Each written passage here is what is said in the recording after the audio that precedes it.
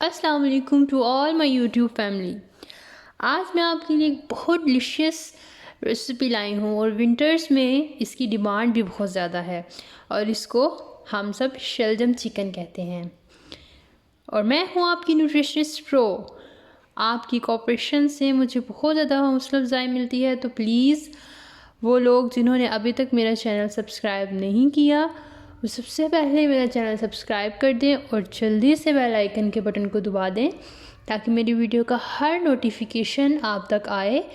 और अगर आपको मेरी वीडियोस पसंद आती हैं तो प्लीज़ लाइक करना मत भूलिएगा। तो हम अपनी मज़ेदार रेसिपी का आगाज़ करते हैं। मैंने 2 किलो शलजम लिए हैं। अच्छा, मैं आपको रेसिपी के साथ साथ इसकी कुछ फ़वाइद भी बताती चलूँ। शलजम के अंदर हमारे पास फ़ाइबर की मौजूदगी हमें डाइजेशन में बहुत ज़्यादा हेल्प आउट करती है और कॉन्स्टिपेशन से भी रिलीफ़ देती है। इसमें मौजूद कैल्शियम आपकी हड्डियों और दांतों को भी मजबूत करता है। इसके अलावा इसमें मौजूद विटामिन ए आपकी आईसाइट के लिए बहुत बेनिफिशियल है। इसके अलावा आपको कैंसर जैसी बीमारियों से भी ये महफूज रखता है और आपकी बॉडी में इन्फ्लेमेशन यानी सूजन को भी ये कंट्रोल करता है। नीज़ इस सब्ज़ी के बेशुमार फ़ायदे हैं। चलें हम सबसे पहले इसको अच्छी तरह धो लेते हैं ताकि कोई भी कंटेमिनेशन ना हो। मैं धोने के बाद आपसे मिलती हूँ।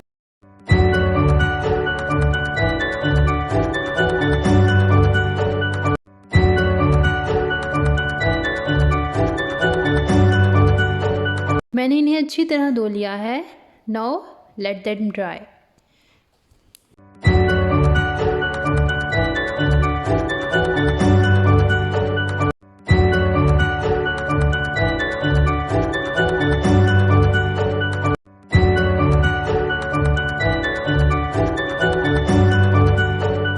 तो ये चिकन है दैट इज़ अबाउट 1 kg, लेकिन ये फ्रीज़ फॉर्म में है।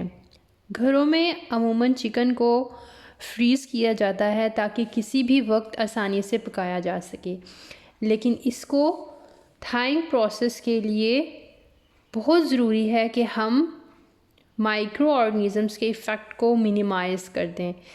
थाइंग हम माइक्रोवेव में भी कर सकते हैं और गर्म पानी में भी कर सकते हैं ताकि जल्दी से फ्रीज़ फॉर्म का चिकन अनफ्रीज़ कंडीशन में आ जाए। तो मैं आज इसके लिए हॉट वाटर का यूज़ करूँगी। मैंने एक पैन में पानी ले लिया है और मैं इसके गर्म होने का इंतज़ार करूँगी। जी, तो पानी गर्म हो चुका है और मैं इसमें चिकन शामिल करने लगी हूँ। तब तक हम शलजम की कटिंग करते हैं। शलजम की कटिंग और पीलिंग के लिए मैं छत पे आ गई हूँ ताकि मैं सन बात भी इंजॉय कर सकूँ। Now cutting and piling process has almost completed. शलजम की कटिंग करने तक चिकन का थाइंग प्रोसेस भी कंप्लीट हो चुका है और ये आपके सामने है किस तरह हर पीस सेपरेट हो चुका है। अब इसे आप अच्छी तरह धो लें।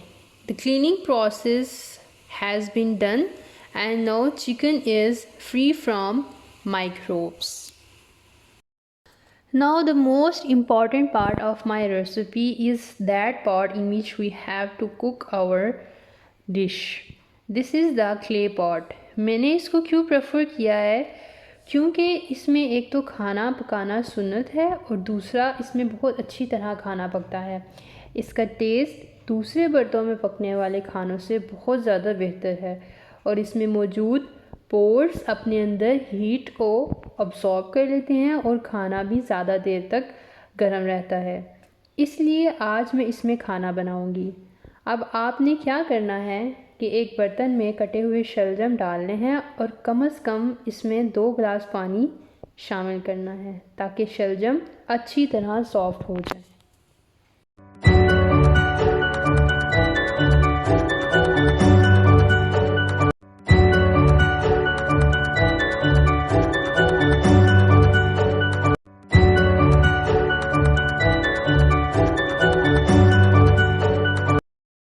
मैंने एक बड़ी प्याज और एक दरमियानी प्याज काट ली है और ये लहसुन है मेरे पास। मैंने लहसुन छीलकर फ्रीज़ कर लिए हैं ताकि कुकिंग में ज़्यादा टाइम कंज्यूम ना हो, because you know that the piling of garlic is a very time consuming process, so it is very good that you peel it first and freeze it so that in the cooking process it not take time. हांडी को मैंने चूल्हे पे रख दिया है और flame on कर दिया ताकि इसमें मौजूद मॉइस्चर ख़त्म हो जाए. So our clay pot has completely dry. दूसरी तरफ मेरे रखे हुए शलजम भी ऑलमोस्ट बॉयल होना स्टार्ट हो गए हैं. तो जब तक चिकन मैं तैयार कर लेती हूँ, तो सबसे पहले आप हांडी में 2 बड़े चम्मच ऑयल के शामिल कर लें. जैसे ही ऑयल गर्म हो तो आप प्याज शामिल कर लें. Let them fry.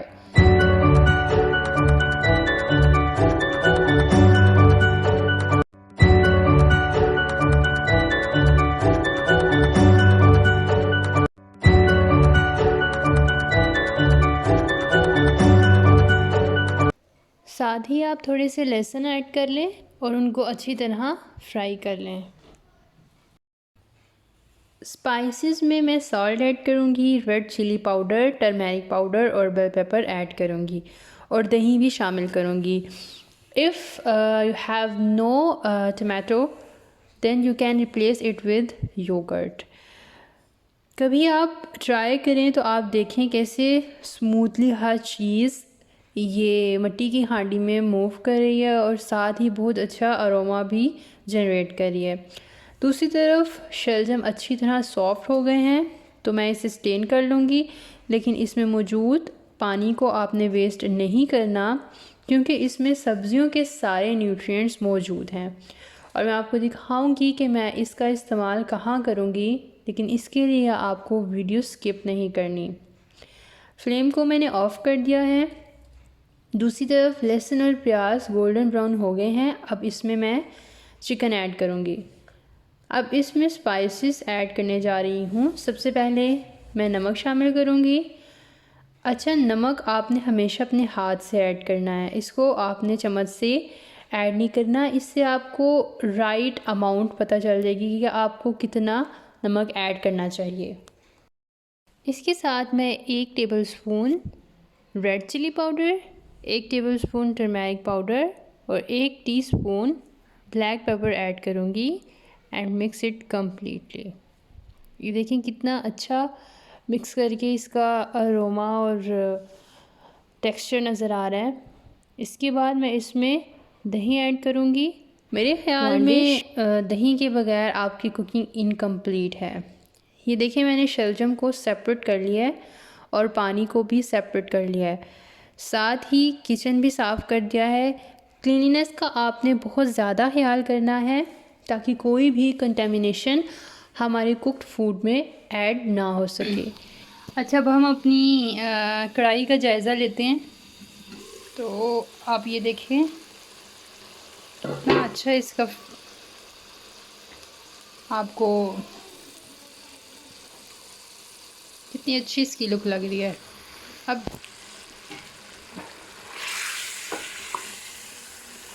हम इसमें वो पानी जो शलजम का रह गया था, क्योंकि इसमें बहुत ज़्यादा विटामिन और मिनरल्स है, तो वो मैं इसमें ऐड कर देती हूँ ताकि ये अच्छी तरह पक जाए.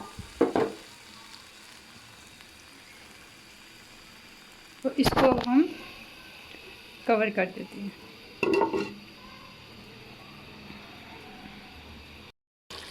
अच्छा, ये आप देख सकते हैं कि किस तरह ये मज़े से बन रही है और ये हमारा गोश्त बिल्कुल नरम हो गया है. ये आप लोग देख सकते हैं. अब इस मोमेंट में हम इसमें अपने शलजम ऐड कर देंगे.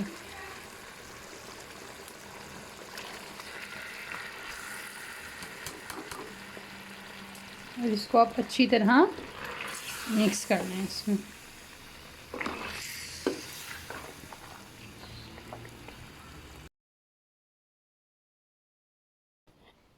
ये देखिए कितनी मज़े की लग रही है हंडिया.